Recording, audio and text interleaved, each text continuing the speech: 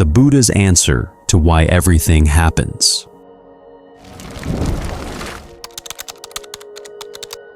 Part 1. The Grab.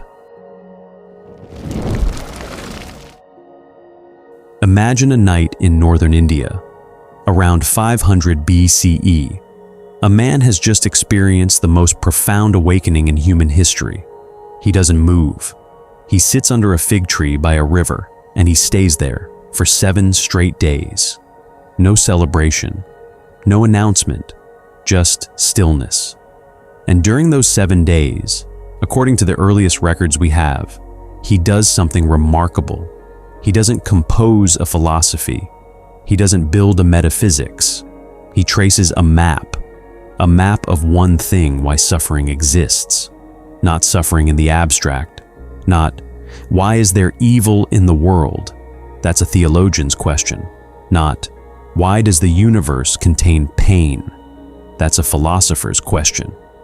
His question was clinical, almost surgical. When this arises, what else must arise with it? When this ceases, what else ceases? And what he found, link by link, in the silence of those 7 nights, became the single most detailed diagnosis of human suffering ever articulated.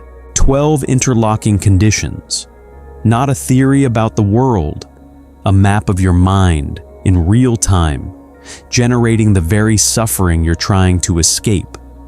It's called paticca samuppada, dependent origination. And if you've encountered it before, you may have seen it drawn as a wheel, 12 images in a circle, often held in the jaws of a demon. That image is everywhere. Textbooks, temple murals, meditation apps. But here's the thing, the Buddha never used it. That wheel is a medieval addition.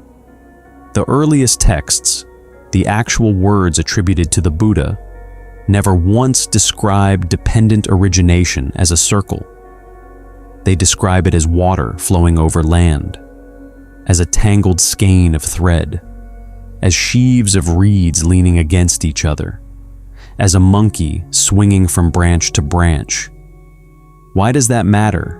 Because a wheel implies a trap with no exit, a closed loop you're doomed to repeat. And that is precisely not what the Buddha taught. He taught a system with feedback loops, which means it has intervention points. Places where you can step in, change one condition, and watch the entire chain respond. That's what this video is about. Not 12 terms to memorize. Not a philosophy lecture. A practical map, the same map the Buddha traced under that tree, showing you exactly where suffering gets constructed and exactly where you can take it apart. We'll walk through the 12 links, but not the way a textbook does, one after another, like a grocery list. We'll group them into 4 clusters, each answering one question about how your mind builds experience. And then we'll zoom in on the single most important junction in the entire chain, the precise moment where suffering becomes optional. But before any of that, I want to tell you about a conversation between the Buddha and his closest attendant, Ānanda, because Ānanda looked at this teaching and said something that sounded perfectly reasonable.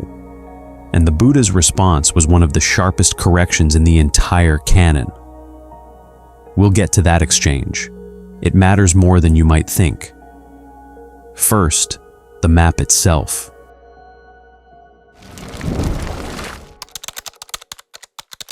Part 2. The clinical map. Let's start with what dependent origination is not. It is not a creation story. It does not explain how the universe began, or why there is something rather than nothing. The Buddha was famously uninterested in that question. When asked about the origin of the cosmos, he either redirected or stayed silent. What he was interested in, obsessively, relentlessly, was a different question. Not, why does the world exist, but why does suffering exist? And more precisely, what conditions must be present for suffering to arise? And what happens when those conditions are removed? That's a clinical question, a diagnostic question. The kind of question a doctor asks, not a philosopher.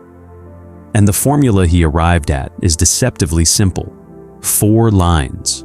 You'll find them in the Vedanā, the collection of inspired utterances, recorded in those first days after his awakening, UD 1.1 to 1.3. When this is, that is. From the arising of this comes the arising of that. When this isn't, that isn't. From the cessation of this comes the cessation of that. That's it. That's the engine. Everything else is elaboration. Notice what's absent. There's no mention of a creator, no reference to fate or luck or divine will, and, this is important, no reference to a self doing anything. The formula is expressed entirely in terms of processes, not someone does X and therefore suffers. Just when this condition is present, that condition arises. Thanissaro Bhikkhu, one of the most careful translators working today, calls this idapakayata, that conditionality, and he makes a point that reframes the entire teaching. This is not a linear chain. It's not A causes B, causes C in a neat row. It's a non-linear system, more like weather or an ecosystem or a feedback loop in biology. Conditions feed into each other, reinforce each other, and sometimes circle back on themselves. That matters enormously, because if it were a simple linear chain, you'd have to start at link 1 and work your way through, which would be nearly impossible. But because it's a system with multiple feedback loops, you can intervene at any point, change one condition, and ripples move through the whole structure. The Kakanagata Sutta, SN 12.15, makes this even more striking. In that discourse, the Buddha is asked about the nature of reality. Does everything exist? Does nothing exist? And his answer is essentially, those are both dead ends. Both extremes miss the point. And then, instead of offering a metaphysical position, he presents the 12 links of dependent origination. As if to say this is the middle way between existence and non-existence. Not a philosophical compromise, a practical description of how experience actually works, moment by moment. This is worth sitting with. Most people encounter dependent origination as a piece of Buddhist doctrine, something to study, to understand intellectually, maybe to admire. But the Buddha is claiming something much more radical. He's saying this is not one teaching among many. This is the Dhamma. Sariputta, the Buddha's chief disciple, famous for his analytical precision, put it as directly as anyone could. Idam 28. Whoever sees dependent co-arising sees the Dhamma. Whoever sees the Dhamma sees dependent co-arising, not whoever understands it. Whoever sees it, direct perception, the way you see a fire burning, not the way you understand a theorem. So, let's look at what there is to see. 12 conditions. But as I said, we're not going to walk through them like a list. Instead, think of them as 4 clusters, 4 movements of the mind. Each one answers a question. How does your mind construct experience before anything happens to you? What occurs at the moment experience touches you? How do you grab on? And what does that grabbing look like? And what does that grabbing create? Cluster 1 links 1 through 5. How your mind has already shaped your experience before you even know you're having one. Cluster 2 links 6 and 7. The hinge. The moment sensation meets you. Contact and feeling. This is where the entire system pivots. Cluster 3 links 8 through 10. Craving, clinging, becoming. This is the feeding frenzy, and it's where most of the damage happens.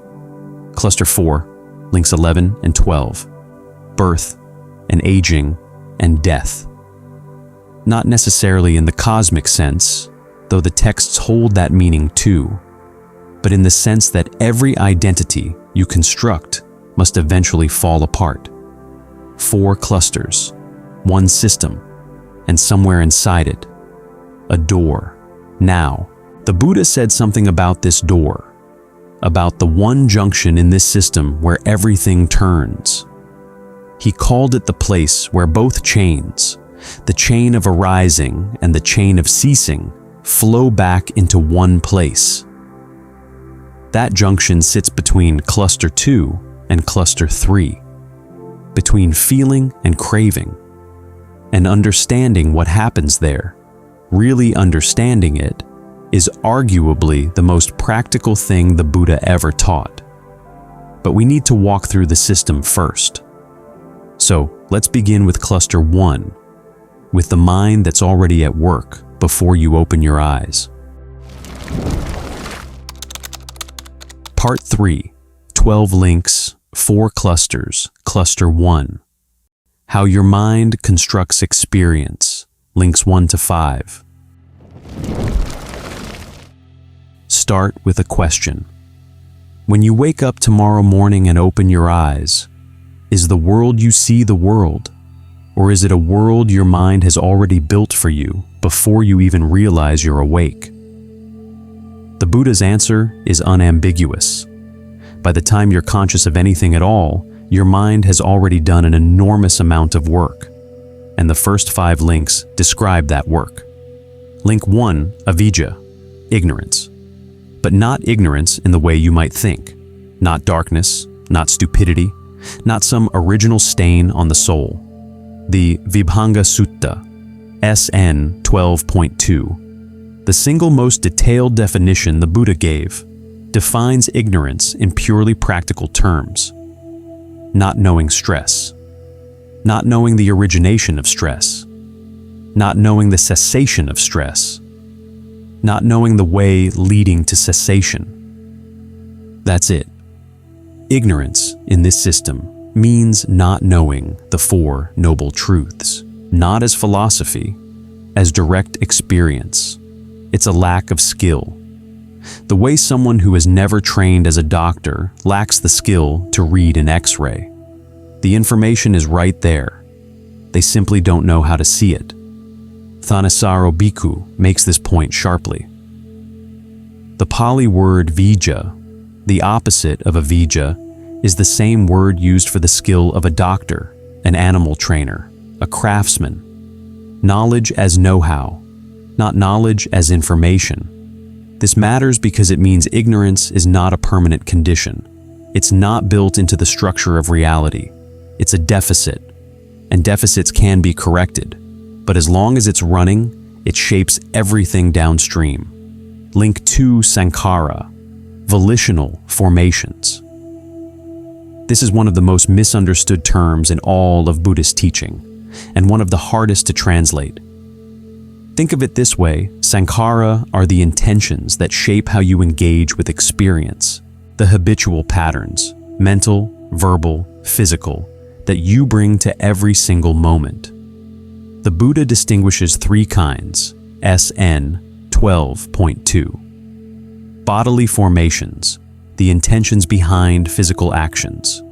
Verbal formations, the intentions behind speech. And mental formations, the intentions behind thought itself. Every time you act, speak, or think with a particular motivation, you're laying down a sankhara, a groove, a track that the mind will tend to follow next time. You don't meet the world fresh. You meet it through layers of accumulated reaction. The person who was betrayed meets trust differently than the person who wasn't. The person who grew up in scarcity meets abundance differently. The person who spent decades in a competitive career meets retirement differently. These aren't just memories. They're active formations that filter, shape, and distort experience before you even recognize what's happening, and they arise because of ignorance. Not knowing how suffering works, you keep building the same reactive patterns, the same grooves over and over, each repetition deepening the track. Link 3, vedanā, consciousness, but not consciousness as a single, unified awareness sitting behind your eyes like a viewer watching a screen. The Buddha describes 6 types: consciousness at the eye, ear, nose, tongue, body, and mind. Each one arises dependent on conditions. None of them is permanent. None of them is you watching from behind. Here's where something remarkable happens. The Mahānādana Sutta, DN 15, makes clear that consciousness and the next link, namarupa, name and form, are mutually dependent, not sequential. Consciousness doesn't come first and then create name and form. They lean on each other. Sariputta used a vivid image for this. SN 12.67. 2 sheaves of reeds propped against each other in an open field. Pull one away, the other falls. Neither stands alone, neither comes first. You can't say the left sheaf is holding up the right sheaf. They're holding each other up, and together they stand where neither could stand on its own. This is important because it breaks the linear chain. Right here, at links 3 and 4, the system reveals itself as a web, not a line. Consciousness shapes experience. Experience shapes consciousness. They co-arise. And this mutual dependency is precisely what makes the system a system, not a sequence of dominoes falling in one direction. Link 4, namarupa, name and form. The mind-body organism. Nama is not name in the ordinary sense. It refers to the mental factors, feeling, perception, intention, contact, attention, that together constitute the mental side of experience. Rupa is form, physicality, the body. Bundled together, they are the raw material of being someone, the psychophysical basis from which everything else unfolds. The Buddha is saying something subtle here. You are not a mind that has a body. You are not a body that has a mind. You are a process in which mental and physical factors arise together, conditioned by consciousness, conditioning consciousness in return. Link 5, salayatana, the 6 sense bases: eyes, ears, nose, tongue, body, mind. The doors through which the constructed world meets constructed consciousness. 6 openings, 6 ways experience can arrive. Now pause and notice what's happened. Before a single thing has happened to you, before anyone has spoken a word to you, before any event has occurred, 5 conditions are already in play. Ignorance has shaped your intentions. Your intentions have conditioned consciousness. Consciousness and name and form have co-arisen, leaning on each other like those sheaves of reeds. And 6 sense doors stand open, ready to receive. You haven't done anything yet, but the stage is entirely set. The lens through which you will interpret the next moment, the next conversation, the next piece of news, the next face you see, has already been ground and polished by conditions you didn't choose and mostly can't see. And now, something walks through those doors. Part 3, 12 links, 4 clusters, Cluster 1, Cluster 2, the moment experience touches you, links 6 to 7. Link 6, phassa, contact, the meeting point. Sense base, sense object, and consciousness come together in a single moment. Eye meets color meets seeing. Ear meets sound meets hearing. Mind meets thought meets knowing. Contact sounds passive, like a ball hitting a wall. It isn't. It's already shaped by everything upstream. The eye that meets the world is not a neutral camera. It's an eye conditioned by ignorance, by decades of habitual formations, by the particular consciousness and name and form that have co-arisen. You don't just see, You see as someone with a history, with patterns, with a particular lack of skill. Two people hear the same sentence. One hears a compliment, the other hears condescension. Same sound waves, same words, different contact, because different conditions upstream. And from contact, immediately, inseparably, comes link 7, vedanā, feeling tone. This is one of those Pali words that has no clean English equivalent.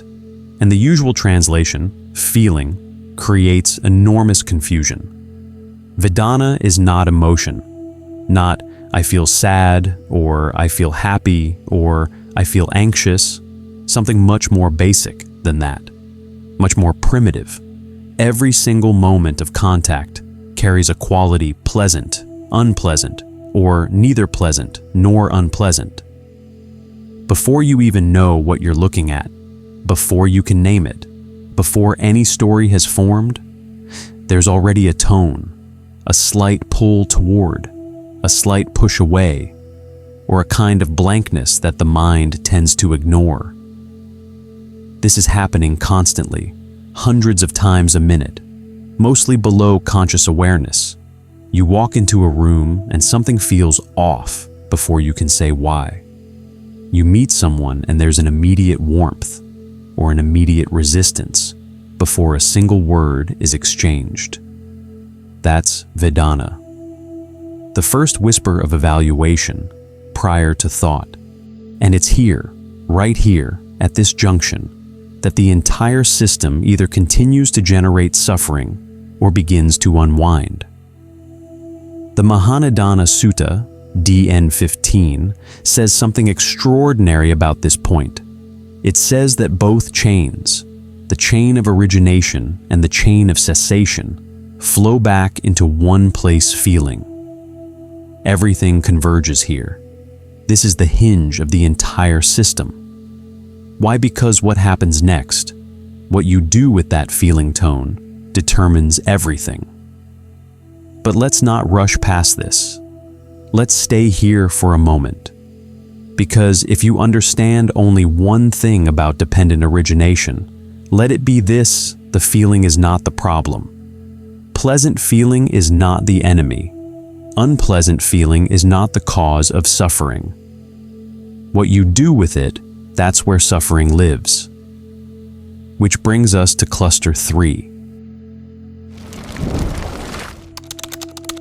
Part 3, 12 links, 4 clusters, cluster 1. Cluster 3, how you grab on, links 8 to 10. This is the feeding frenzy, link 8 taṇhā, craving, literally thirst. The Dhammacakkappavattana Sutta, SN 56.11, the very first teaching after enlightenment, identifies 3 types. Craving for sensual pleasure, wanting more of what feels good. Craving for becoming, wanting to be someone, to have an identity, to solidify into a particular self.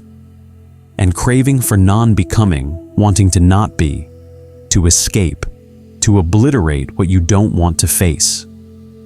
Every pleasant feeling can trigger craving for more. Every unpleasant feeling can trigger craving for it to stop. And every neutral feeling, this is the subtle one, can trigger craving for something, anything, more interesting. That restless reach for your phone when nothing is wrong. That low hum of boredom that sends you to the kitchen, the news, the next distraction. That's craving for becoming, arising from neutral vedanā. The Magandiya Sutta, MN 75, uses an image that's almost brutal. A man covered in open sores. He scratches, and the scratching feels good. He holds his sores over a charcoal fire, and the heat feels like relief. Now imagine someone cures his sores completely, skin healed, no pain. Then they offer him the charcoal fire again. Would he take it? He'd recoil, because now he can feel what the fire actually is. That's what craving does. It reframes destruction as relief. And as long as you're covered in sores, you can't tell the difference. Link 9, upadana, clinging. Craving intensifies into grasping. And the word upadana carries a double meaning that Thanissaro Bhikkhu has spent decades unpacking. It means both clinging and fuel, like the fuel that feeds a fire. You don't just hold on, you feed the process.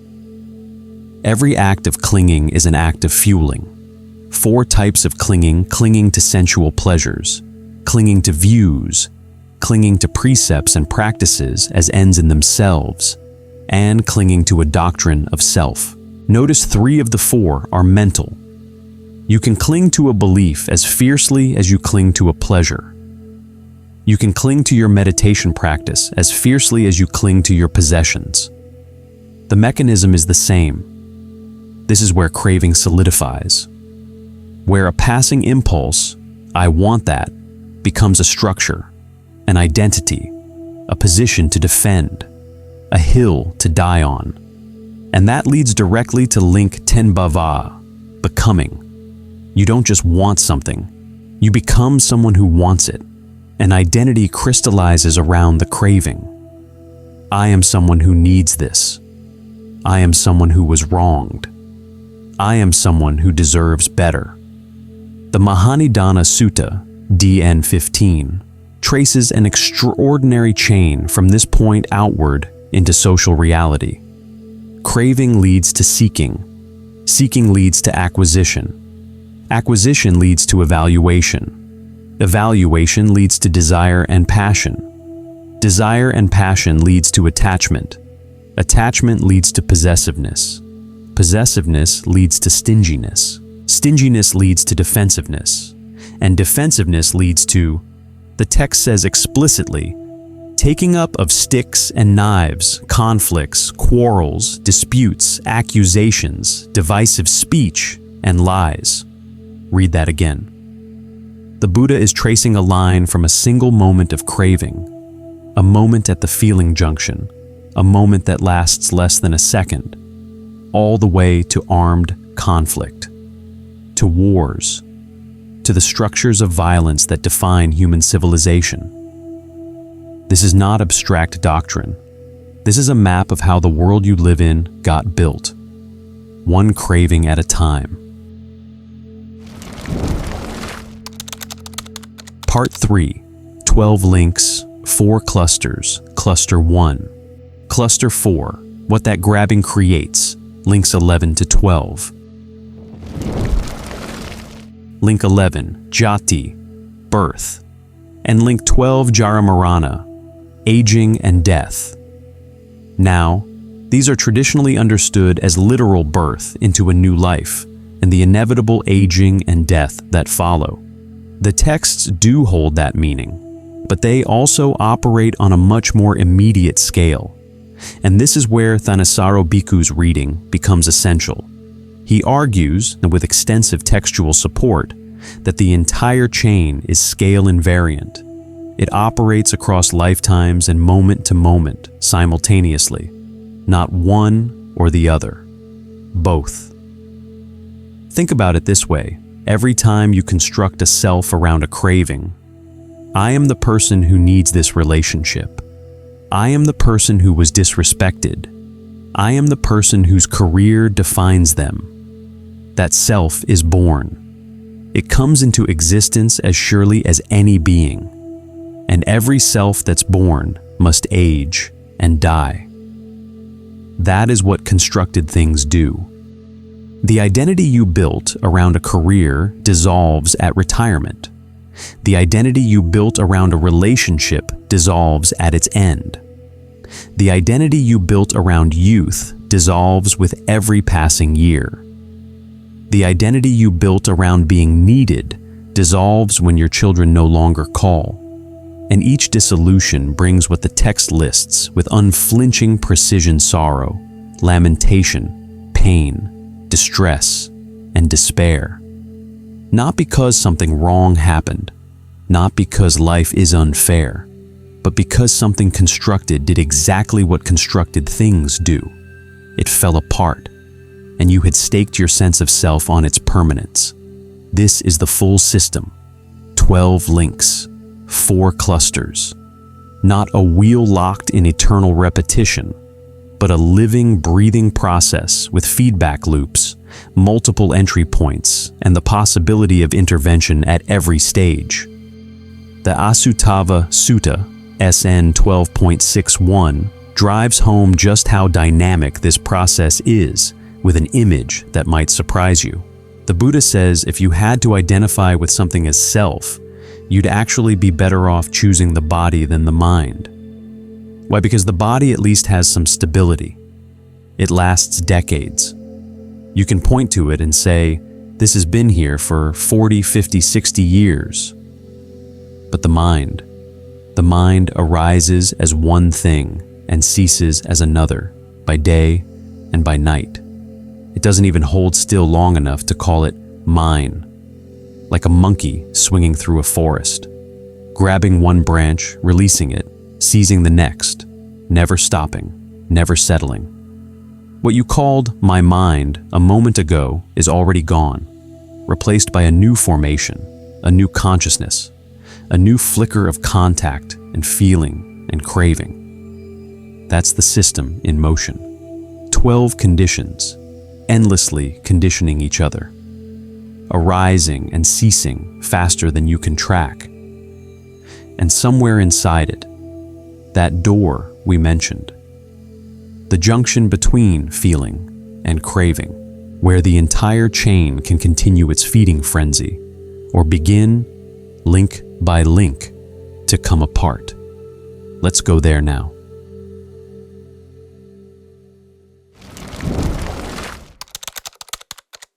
Part 4, the junction. So here we are, the junction. You've seen the full system, 12 links, 4 clusters. You've seen how the mind constructs experience before you know you're having one.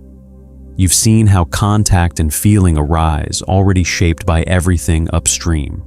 And you've seen how craving, clinging, and becoming build identities that must eventually fall apart. Now, the question that matters most: can you actually do anything about it? The Buddha's answer is yes, and the place to do it is here, at the junction between vedanā and taṇhā, between feeling and craving. The Salatha Sutta, SN 36.6, the discourse on the arrow, lays this out with an image so clear it's hard to forget once you've heard it. Imagine you're struck by an arrow, a physical arrow. It hurts. That's the first arrow, and no one escapes it. To be alive is to encounter painful contact, to age, to lose, to be separated from what you love and united with what you don't. The first arrow is not optional, but then, and this is the Buddha's point, the untrained person does something. They react. They resist the pain, or they panic, or they spiral into resentment, or they grasp desperately for something pleasant to cover the unpleasant. And that reaction is the second arrow. The second arrow strikes in the same place as the first, same wound, but now it's deeper, and here's what makes it worse: you fired it. The Buddha says the uninstructed person, when touched by a painful feeling, sorrows, grieves, and laments, beats his breast, becomes distraught. That's the second arrow. But the instructed person, the one who is trained at this junction, feels the same painful feeling and does not add a second arrow. One arrow, not two. That sounds simple. It is not simple, but it is precise, and the precision matters. Because notice what the Buddha is not saying. He is not saying stop feeling. He is not saying transcend sensation. He is not saying be so detached that nothing touches you. The first arrow still lands. The painful feeling still arises. Vedanā is not the problem. The problem is what happens in the gap between feeling and craving. Between the moment something touches you and the moment you react to it. In an untrained mind, that gap doesn't exist. Feeling arises, craving follows. Instantly, automatically, invisibly. Pleasant feeling leads to craving for more. Unpleasant feeling leads to craving for it to stop. The two links fuse together so tightly that they seem like one event. You don't experience feeling and then craving. You experience them as a single, undifferentiated surge. I want, or I don't want, or I need to get away from this. The entire practice, and I want to be clear about this, because this is the practical heart of dependent origination. The entire practice is about opening that gap, not by force, not by willpower, by seeing. Thanissaro Bhikkhu puts it this way: what replaces ignorance at the vedanā taṇhā junction is not suppression, it's full knowledge. You see the feeling arise. You see it as pleasant, unpleasant, or neutral. You see the pull of craving beginning to form. And in that seeing, that clear, unhurried recognition of what's actually happening, the automatic chain is interrupted, not destroyed, interrupted. The link between feeling and craving is not cut with a knife. It's dissolved by awareness. The way darkness isn't fought, it's dissolved by light. And when that link is interrupted, the cessation cascades. No craving leads to no clinging. No clinging leads to no becoming. No becoming leads to no birth of a new identity. No birth leads to no aging and death of that identity. No sorrow, no lamentation, no despair. The entire downstream chain goes quiet, not because you've eliminated feeling, because you've stopped adding the second arrow. Now, there's a second intervention point worth understanding. It operates one link earlier between contact and feeling. The tradition calls it indriya samvara, sense restraint. And the name is misleading because it sounds like closing your eyes and blocking your ears. It's not.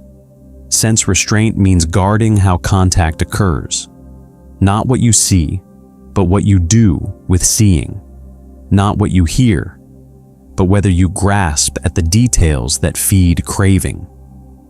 It's the difference between seeing an advertisement and noticing it versus seeing an advertisement and letting your attention linger on exactly the features designed to trigger want. The Anguttara Nikaya, AN 10.61, makes a striking claim about this. It says that lack of sense restraint doesn't just feed craving. It feeds ignorance itself. It's part of a 10-link chain that circles back to the very first link. Lack of sense restraint leads to misconduct, which leads to the 5 hindrances, which lead to ignorance, which starts the entire 12-link chain again. This is the feedback loop in action. Ignorance produces the chain. The chain, uninterrupted, reinforces ignorance.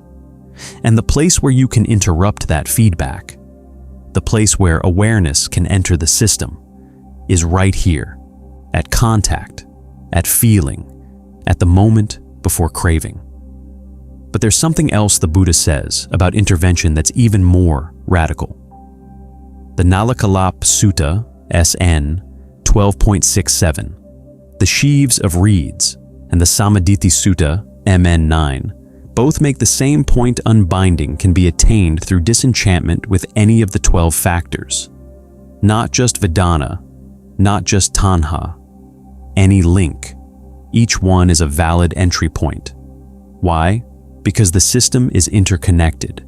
Change one condition sufficiently, and ripples move through the entire structure. The vedanā taṇhā junction is the primary intervention point, the place the texts return to most often, the place where both chains converge. But it's not the only door. This matters because it means you don't have to master the entire system to begin. You don't have to understand all 12 links perfectly before you can practice. You can start anywhere, with sense restraint, with examining your views, with investigating what becoming feels like in real time. And the effects will move through the chain. The system is not a prison with one key, it's a web with many threads. Pull any thread with enough clarity, and the whole web responds. But that one thread, feeling and craving, the first arrow and the second, that's where the Buddha pointed most often. That's where the practice lives. That's the door that's always open in every moment of experience, hundreds of times a day. Every time you feel something, pleasant, unpleasant, neutral, and you see it clearly without adding the second arrow, you are practicing dependent origination. Not studying it, practicing it. Now, we've looked at the junction. We've seen how craving can be interrupted, but we haven't asked the deeper question, the one that changes everything about how you understand this system. What about ignorance itself? The very first link. If ignorance drives the whole chain, where does ignorance come from? Is it some kind of original condition? A cosmic flaw? A Buddhist version of original sin? The Buddha's answer to that question is one of the most important things he ever said.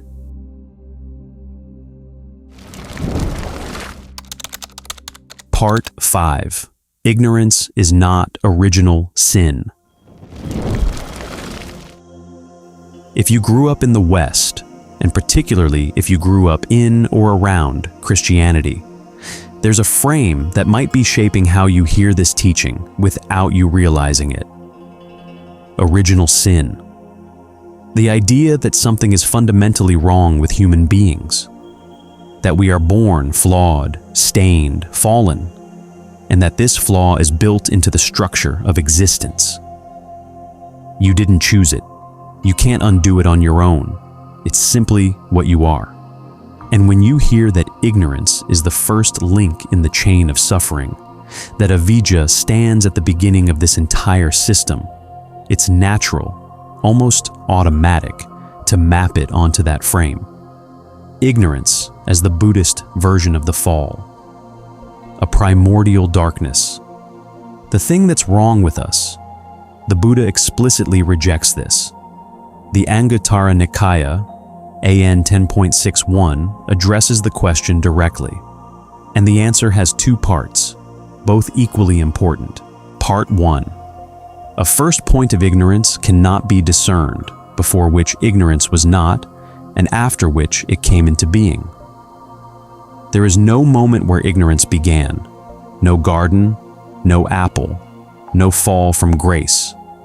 You cannot point to a starting event and say, that's where it went wrong. Ignorance has no discoverable origin, but, and here is part 2, nevertheless, it can be discerned that ignorance has a specific condition. It doesn't come from nowhere. It comes from a chain of conditions that you can identify and address.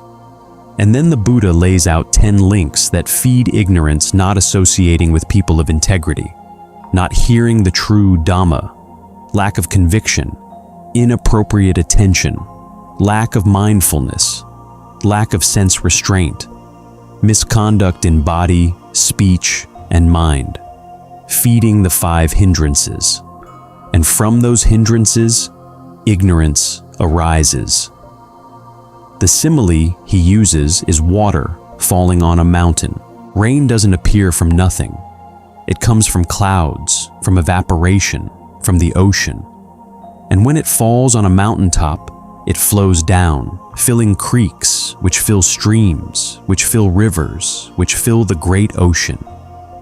And from the ocean, more evaporation, more clouds, more rain, a cycle, but not a closed trap.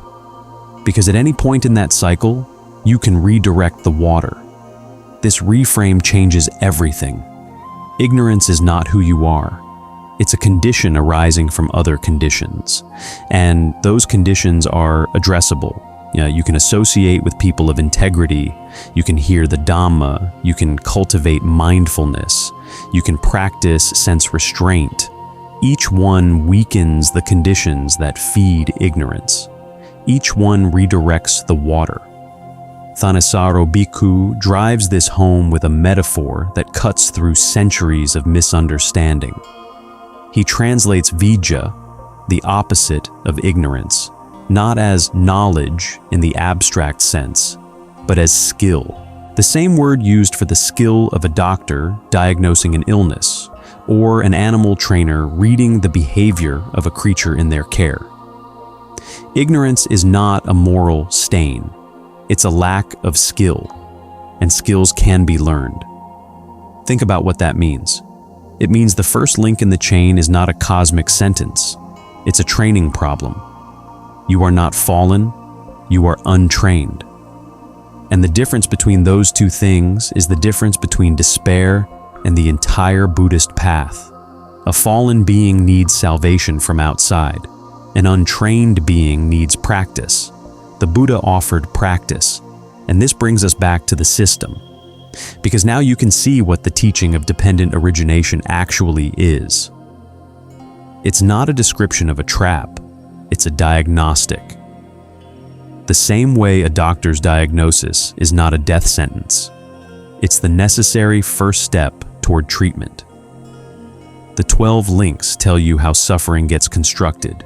The cessation of those 12 links tells you how it gets taken apart. And the Buddha mapped that cessation with the same precision he mapped the origination. Part 6. The Cessation.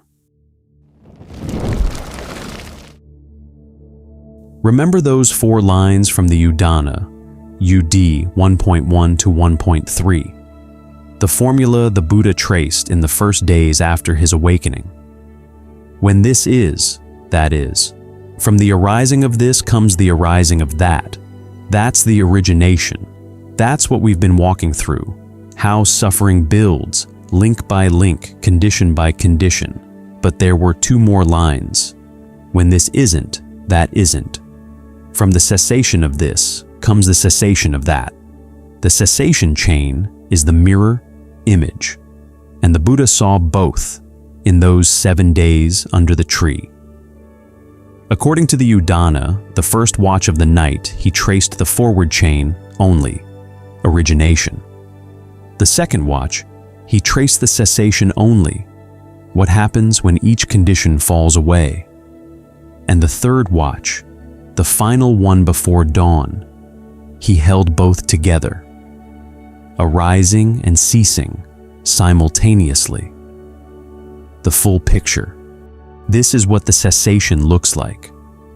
From the cessation of ignorance comes the cessation of volitional formations.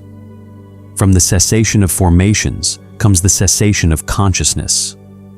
From the cessation of consciousness comes the cessation of name and form.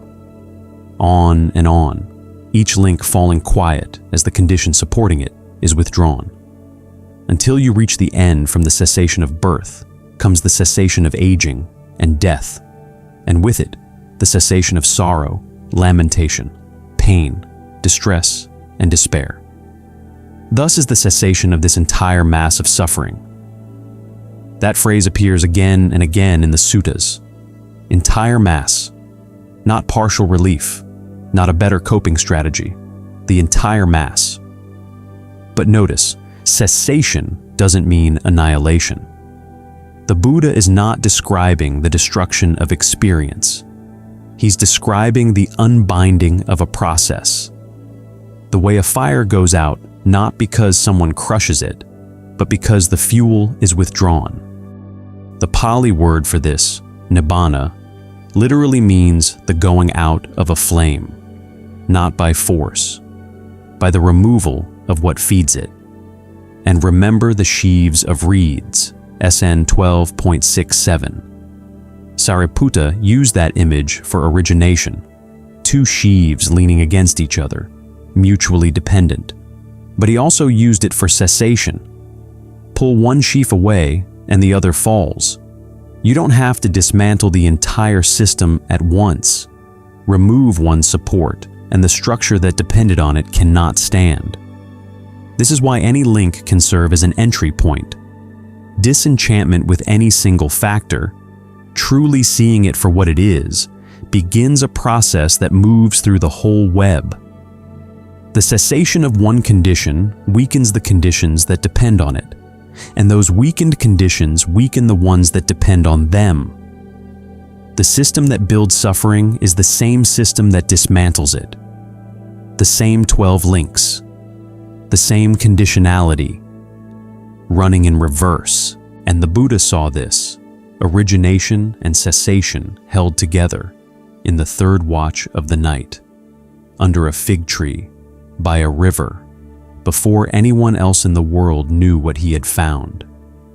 Which brings us back to where we started. Part 7. The closer. Early in this video, I mentioned a conversation between the Buddha and Ānanda, his closest attendant, the man who spent more time at his side than anyone else. The Mahanidana Sutta, DN 15, records this exchange, and it begins with Ānanda, brilliant, devoted, earnest Ānanda, saying something that sounds perfectly reasonable. He says, "It's amazing, Lord. It's astounding how deep this dependent co-arising is, and how deep its appearance. And yet to me it seems as clear can be." And the Buddha's response is immediate, sharp, almost fierce. "Don't say that, Ānanda, don't say that. Deep is this dependent co-arising, and deep its appearance. It is because of not understanding and not penetrating this Dhamma that this generation is like a tangled skein, a knotted ball of thread, like matted rushes and reeds, and does not go beyond the cycle of rebirth, with its suffering, its bad destinations, its falling away." Read that again. Read. The man who knew the Buddha best, who had heard more teachings than perhaps anyone alive, looked at dependent origination and thought he understood it. And the Buddha said that confidence is itself the problem. This is not a teaching you understand once and move on. It's a teaching you see deeper and deeper, layer after layer, for as long as you practice. The tangled skein metaphor is not just about humanity in general. It's about the specific, intimate tangle of your mind, the one you're carrying right now. And there's something in the Buddha's tone here that I think matters enormously. He doesn't say this to humiliate Ānanda. He says it because he cares. Because premature certainty, "I get it, it's clear," is one of the most dangerous things that can happen with a teaching this deep. It closes the door to further investigation. It turns a living map into a dead concept, and a dead concept cannot liberate anyone. So let me end where the Buddha began.